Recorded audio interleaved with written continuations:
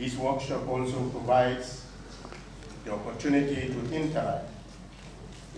Il s'est tenu du 6 au 9 août 2019 à Banjul, en Gambie, l'atelier de circonscription élargie du Fonds pour l'environnement mondial FEM pour l'Afrique sahélienne de l'Ouest. 9 pays étaient représentés à cette rencontre coordonnée par le secrétariat du FEM. Il s'agit du Burkina Faso, du Cap-Vert, du Tchad, de la Guinée-Bissau, du Mali, de la Mauritanie, du Niger, du Sénégal et de la Gambie. Les pays africains participent aux discussions lors des conventions, ils participent aux réunions techniques. Les pays sont invités donc, à travailler avec les agences du FEM. Aujourd'hui, il y en a 18 pour initier, développer et soumettre des projets.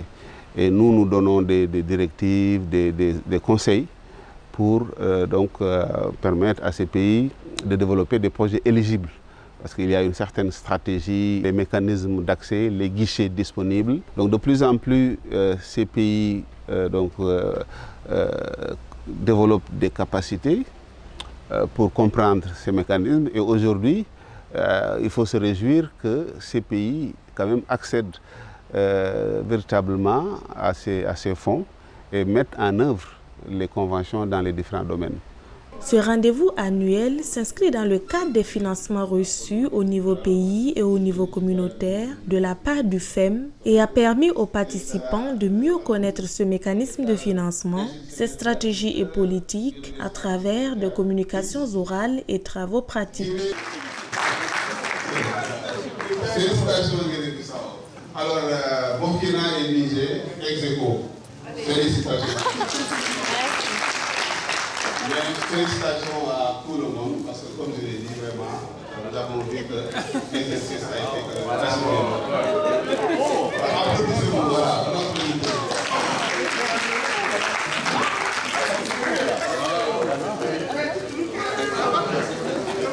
Ce qui était très important pour nous à cette rencontre, c'était surtout le cycle des projets. La grande difficulté que nous rencontrons, c'est souvent de pouvoir formuler des projets qui sont bancables, qui sont finançables. Donc nous avons pu voir effectivement le cycle des projets et quelles sont les dispositions qu'il faut prendre pour effectivement s'assurer de l'éligibilité de nos projets et aussi comment, une fois que ces projets-là sont acquis, comment faut-il vraiment suivre pour pouvoir renseigner conséquemment le GEF. Banjul 2019 a également été une occasion de partage d'expériences entre États et organisations de la société civile en termes d'initiatives et de mobilisation de ressources financières. Les derniers jours, nous avons surtout visité les réalisations et puis essayé de voir quelle peut être la contribution de la société civile dans la mise en œuvre des actions du FEM. Disons que tout ce que nous avons pu écouter, tout ce que nous avons pu voir au cours de cette formation-là nous permettent effectivement de remettre en cause nos façons de faire et de voir comment nous pouvons être le plus... nous pouvons optimiser en tout cas nos actions. À ce niveau, disons que ça a été aussi une opportunité de connaître d'autres guichets parce que le plus souvent les gens s'appuient sur les fonds STAR, alors qu'au-delà de ces fonds STAR, il y a d'autres possibilités justement qui s'offrent à nous pour mobiliser les fonds. Et nous avons pu avoir ces informations-là. Et dès notre retour, on va essayer de voir comment, quelles dispositions mettre en œuvre pour pouvoir soumissionner, soumettre des projets en tout cas à tous les guichets qui sont disponibles pour essayer de maximiser et puis de capter le maximum de fonds. Ça a été aussi l'occasion de rencontrer des partenaires tels que des organismes de financement pour discuter des possibilités de collaboration. J'ai compris que la société civile partenaire du FEM est une société civile dynamique. Dynamique dans ce sens que au niveau de chaque pays, on a commencé à mettre en place des réseaux d'ONG FEM et qu'au niveau même de la sous-région, il existe une coordination des réseaux d'ONG FEM. Ça, c'est très très important pour moi parce que je disais que c'est vrai que le FEM travaille dans plus de 100 pays, mais qu'il manque une certaine coordination entre ces ONG partenaires. ces réseautages pourraient permettre de remédier à cette insuffisance-là. Le mécanisme propose d'énormes fenêtres de financement. Donc, ce sont des opportunités pour les ONG que les ONG se doivent de saisir afin de faire bénéficier nos populations à la base des appuis consistants. C'est vrai que c'est le small grant, c'est des petits financements, mais qu'aujourd'hui l'environnement requiert beaucoup plus de consistance en termes d'appui financier. Le SECO qui a abrité le small grant depuis son démarrage arrive à mobiliser auprès du PNUD Mali des fonds d'accompagnement qui viennent cofinancer les projets du small grant. C'est-à-dire que le small grant, comme vous le savez, finance essentiellement des projets environnementaux.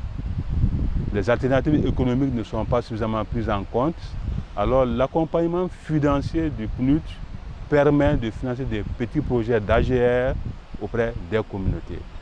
Et à la date d'aujourd'hui, nous sommes à peu près à $1 million mobilisés auprès du PNUD Mali. Sur des fonds pays, ils appellent ça le fonds TRACT. Et je pense que tous les pays PNUD ont des fonds TRACT. Donc c'est une expérience que d'autres structures pourraient tenter. En matière d'initiative et de mobilisation de ressources, l'expérience de l'association Bolo de la Gambie a émerveillé les participants. Et lors de la visite de terrain, nous avons trouvé auprès de l'association Bono un concentré de projets, je dirais de projets intégrés autour des énergies renouvelables. Les leçons qui ont été partagées vont dans le sens que nous en faisons aussi chez nous, mais souvent c'est des projets individuels isolés qui se limitent beaucoup plus à des aspects spécifiques, alors qu'au niveau de Bono, on a vu que autant les énergies renouvelables tendent vers la réduction de l'utilisation de bois et du charbon, mais aussi tendent vers l'électrification des petits villages, vers la disponibilité de l'électricité pour les petites entreprises, afin de maintenir les jeunes et les femmes sur place. Donc, et il y a des technologies nouvelles que nous avons vues, la transformation d'un ancien réfrigérateur en séchoir solaire. Nous avons vu des tricycles solaires qui peuvent vraiment intéresser les ONG, mais aussi les GIE qui travaillent sur les questions de gestion des déchets. Énormément d'expériences que nous pouvons rapporter chez nous, l'adapter au contexte de nos pays. Ce qui a attiré notre attention, c'est le développement des mini-réseaux électriques. Et cet élément nous a beaucoup intéressés parce que nous sommes dans un processus de mise en place des éco-villages, qui est un engagement présidentiel de mettre en place 2000 éco-villages dans un temps assez raisonnable. Nous savons aussi quel est le rôle déterminant que joue l'énergie dans le développement en tout cas de ces éco-villages-là. Et quand nous avons vu ces mini-réseaux, en tout cas, nous avons vu une possibilité de capitaliser et de voir comment nous pouvons développer ces micro-réseaux au niveau des éco-villages. La société civile, elle, n'a pas manqué de traduire ses inquiétudes et attentes auprès du secrétariat du FEM au bénéfice des communautés à la base.